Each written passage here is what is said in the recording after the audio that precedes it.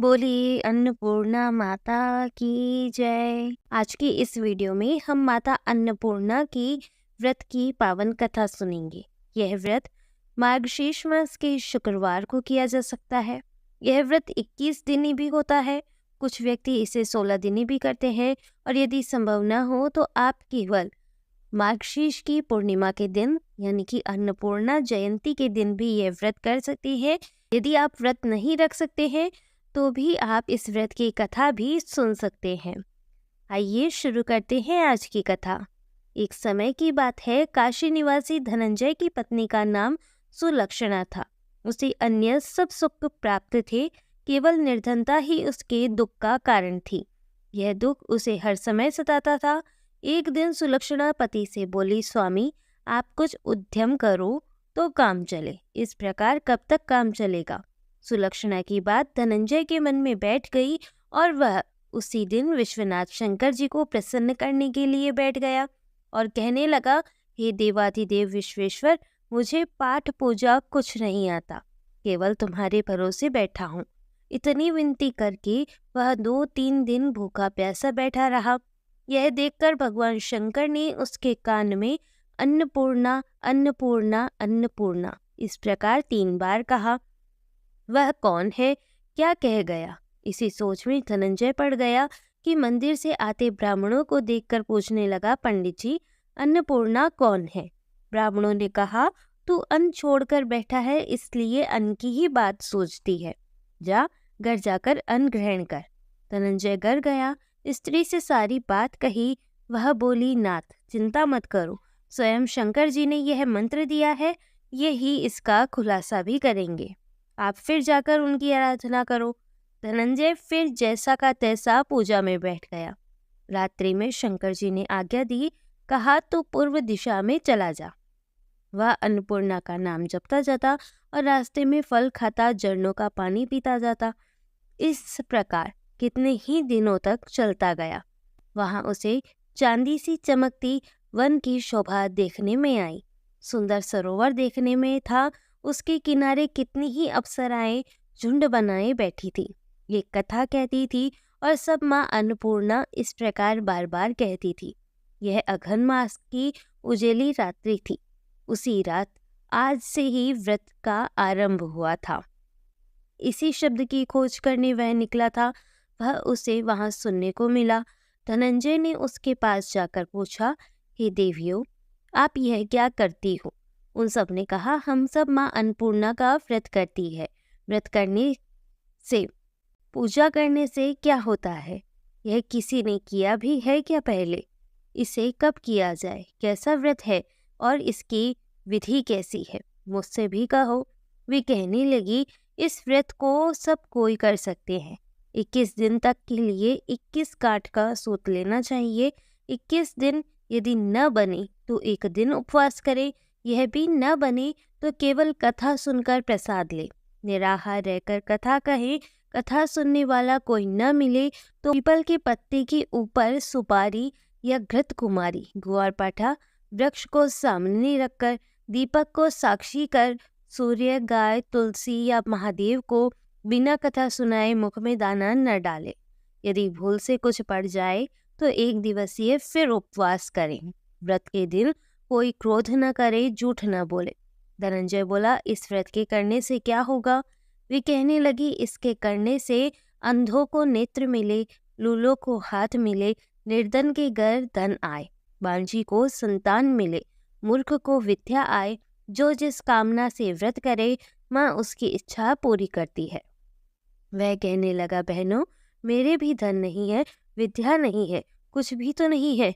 मैं तो दुखिया ब्राह्मण हूँ, मुझे इस व्रत का सूत दोगी क्या? तब वह बोली, हाँ भाई, तेरा कल्याण हो, हम तुझे यह सूत देंगी। ले, इस व्रत का मंगल सूत ले। धनंजय ने व्रत किया।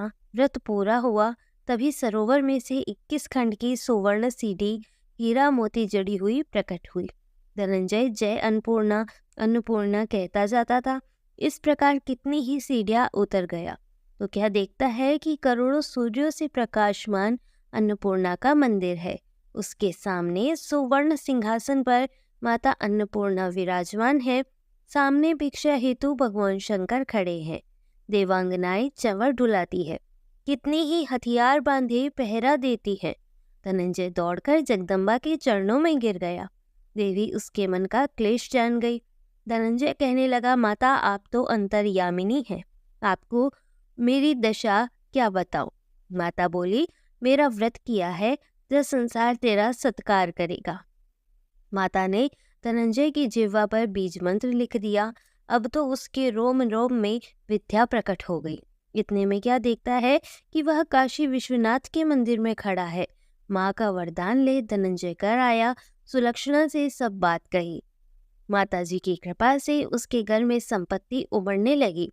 छोटा सा घर बहुत बड़ा गिना जाने लगा। जैसे शहद के छत्ते में मक्खियाँ जमा होती है, उसी प्रकार अनेक सगे संबंधी आकर उसकी बढ़ाई करने लगे। कहने लगे, इतना धन और इतना बड़ा घर, सुंदर संतान नहीं तो इस कमाई का कौन भोग करेगा। सुलक्षणा से संतान नहीं है, इसलिए तुम दूसरा विवाह करो।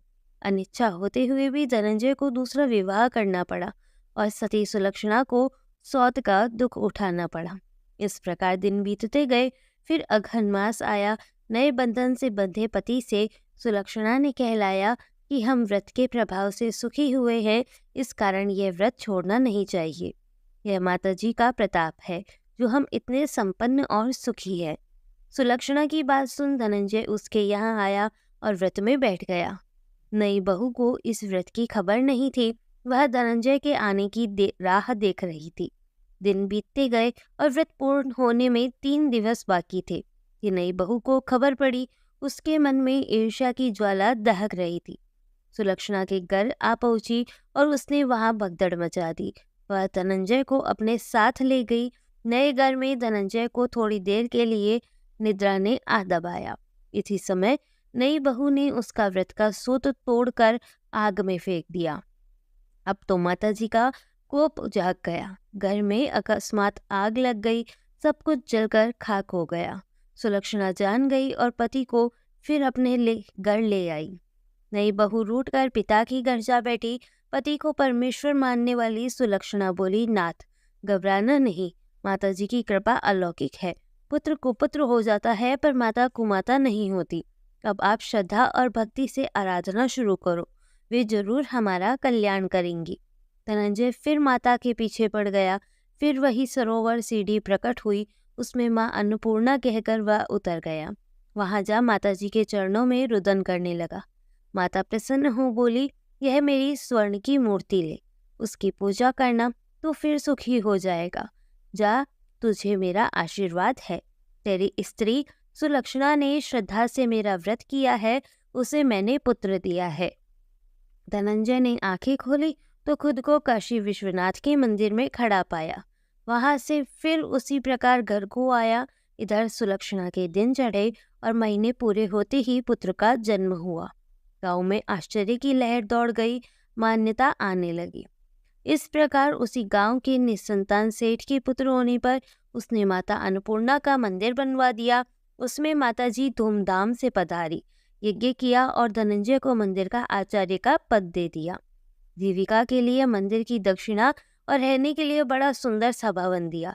धनंजय स्त्री पुत्र सहित यहाँ रहने लगा। माताजी की चढ़ावे में भरपूर आमदनी होने लगी। उधर नई बहू के पिता के घर डाका पड़ा, सब लूट गया। वे भीख मांगकर पेट भरने लगे। सुलक्षणा ने यह सुना तो उन्हें बुला भेजा, अलग घर में रख लिया और उनके अन्न वस्त्र का प्रबंध कर दिया। धनंजय, सुलक्षणा और उसका पुत्र माताजी की कृपा से आनंद से रहने लगे। माताजी ने जैसे इनके भंडार भरे, हे अन्नपूर्णा माता, वैसे कहने सुनने और हुंकार भरने वाले सबके भंडार भरना। बोलिए अन्नपूर्णा माता की जय। आशा है कि आज की ये वीडियो आपको पसंद आई होगी। वीडियो अगर आपको पसंद आई है तो आप इसे लाइक कीजिएगा, शेयर कीजिएगा और यदि आप मेरे चैनल पर नए हैं तो आप चैनल को सब्सक्राइब भी ज़रूर कर लीजिएगा।